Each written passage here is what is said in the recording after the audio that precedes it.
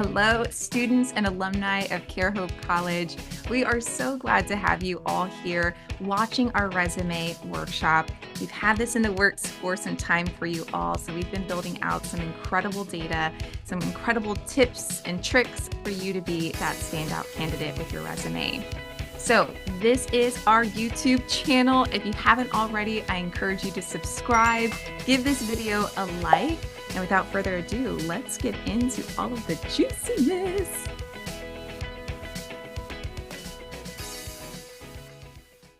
So we're talking about what to research, why to research, choosing your resume format, creating a master resume. What is that? We're going to talk about it. And then formatting your resume, the do's and don'ts of formatting. So first up, what to research. We want you to learn about this potential employer. So there's some questions that you should be asking.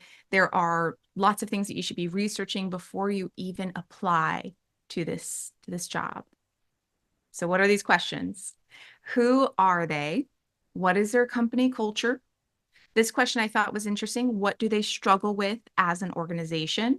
The way that I would use this is to go through Google reviews, go through Better Business Bureau reviews, figure out maybe some pain points that they have from the customer standpoint or maybe from an internal employee standpoint, and see if you can have any solutions that you can bring to the table.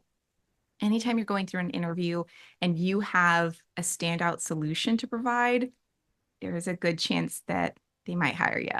So what do they struggle with? Do some research on that. What qualities are they looking for in a potential candidate? This is probably one of the biggest questions that you should be asking yourself and doing your research on. And then a tidbit after that, which of those qualities do you possess? If you can answer both of those questions, it's going to help you to tailor your resume. All right. So going in tandem here with your research, what you should be researching, look at their website, look at their social media. This is where they speak to either their employees. This is where they speak to onboarding clients, customers, whoever it may be. This is where they share a majority of their messages. So it's important that you do your research here. I'm not too big in the social media world. Many of you may also be in the same boat with me, but believe me, this is good data right there for you. So you want to look for things like their mission and vision statement. Do you agree with them? What do you like about them? What do they tweet about? That was a new one for me. What do they tweet about? What photos are they posting on Instagram? What articles are they sharing on Facebook? Who do you know that might work for that company on LinkedIn? Get yourself a little inside scoop, hopefully a nice referral for the position.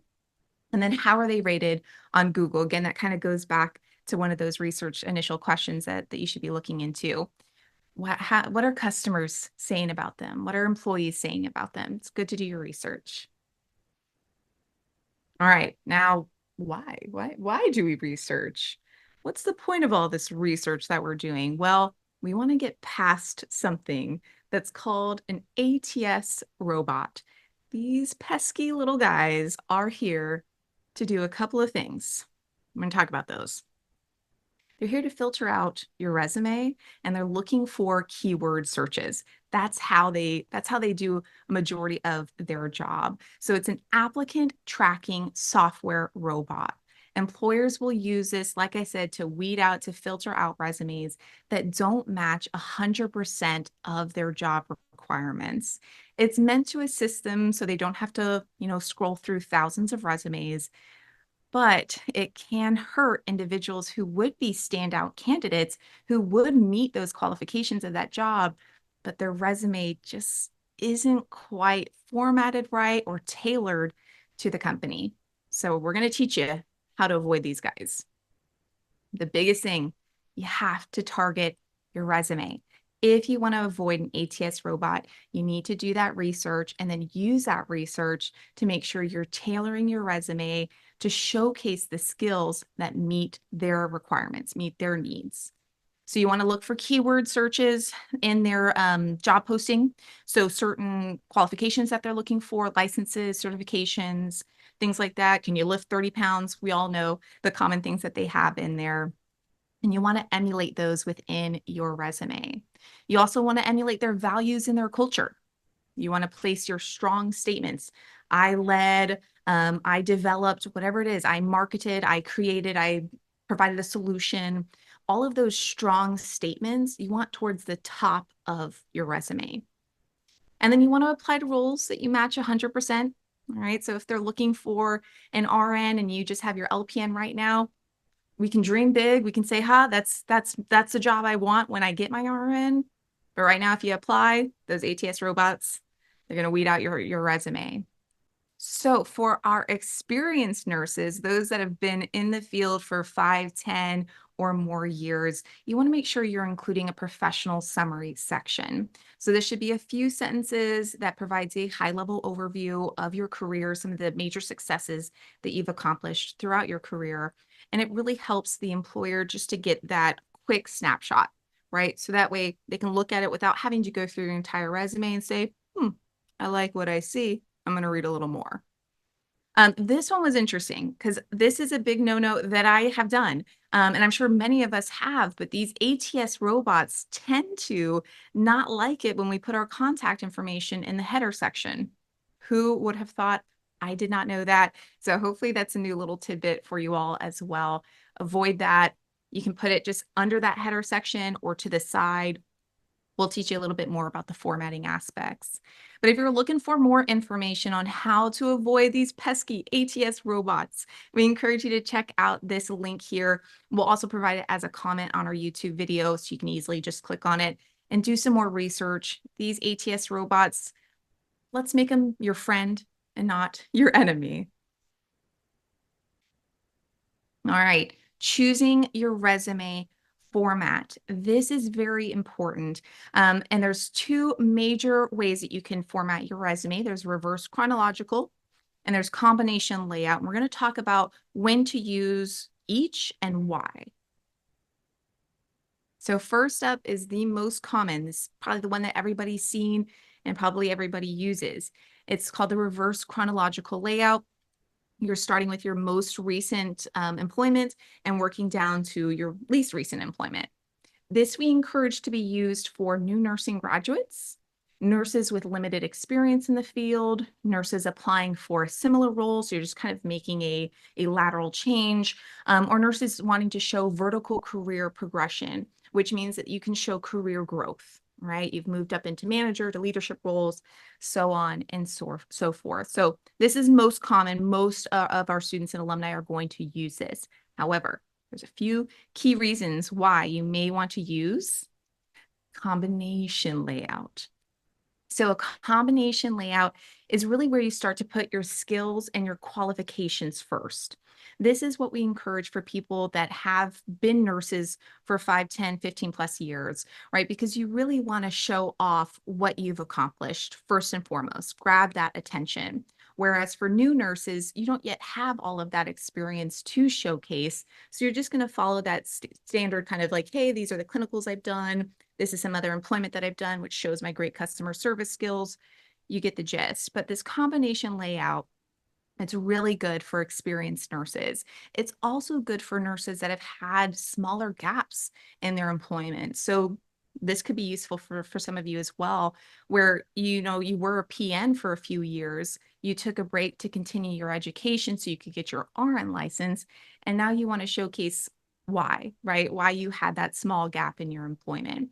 So the combination layout would be good for those instances, as well as for nurses that are seeking to change specialties or careers. So if you were in pediatrics and you want to move to ER, or you were in ER and you want to move to pediatrics, you want to be able to use that combination layout. All right. We talked about this in the very beginning. What is a master resume? And we want to show you why you would want to create one. All right. Because this really is the starting point. So a master resume is a one-size-fits-all resume. It's going to contain your standard features, the things that you see in pretty much every resume: previous employment, education, your licenses, your certifications, your CEUs, all of those things, and your generic skills. There is nothing that is tailored to a very certain position that you're applying for. It's essentially your template. It serves as your template, and it's something that you'll modify each and every time you want to apply for a career or a position at a new company that you've done your research on. So, should we send it to anybody and everybody, this master resume that we've created? No, no way. If you send your master resume out to everybody and anybody that you can because you want to get your resume out there, I get it, but this is a way to get those ATS robots to filter out your resume. So we encourage you to make sure you use your research in your resume, highlight those keywords in your resume, tailor your resume for the mission and vision statements that you've done your research on. Make sure that it matches the qualifications of that particular job. That is truly what you want to send to these employers. Okay, formatting, the do's and the don'ts. We're gonna make sure we're doing the do's, right? Not the don'ts. Let's talk about what these are. Margins, alignment, and length. I'm telling you, we are getting into the nitty-gritty of formatting because it's important. All of this can be used against you by these ATS robots. So top margin should be 1 inch, that's standard. Side margin should be 0.63, very precise, but standard. Alignment should be left alignment. We all read left to right, so we want to make sure we're following that. No fancy middle alignment or anything else. And then length, no more than 1 to 2 pages. If you have 3 to 4 pages, you're risking it. You're risking it. So keep it short and sweet. Special characters. Keep your resume simple. I've said this a few times, kind of sprinkled throughout this resume workshop here. The goal is to keep your resume simple.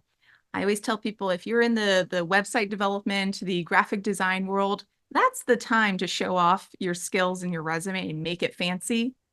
But any other position, keep it simple. Keep it simple. So basic bullet points and simple lines, that's it. Those are your go-tos. Design features to avoid, all right?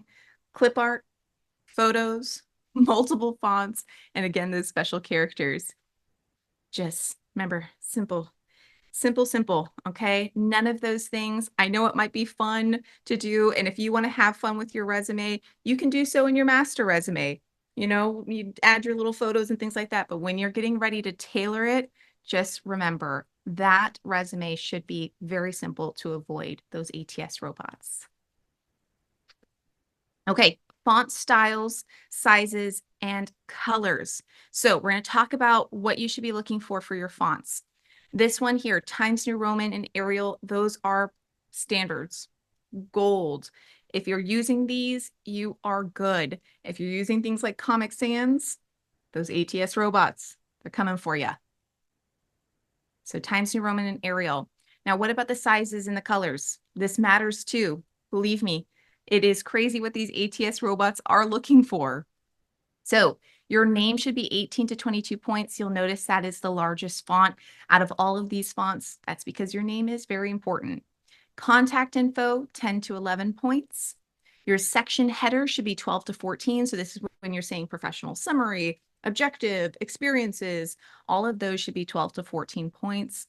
Descriptions is essentially any of the generic texts. That should be 10 to 11 points. And color, keep it simple, black. No blues, no reds, no purples, nothing fancy, black. Okay. So that is the end of our resume workshop for 2024. Thank you to everybody who has been listening in.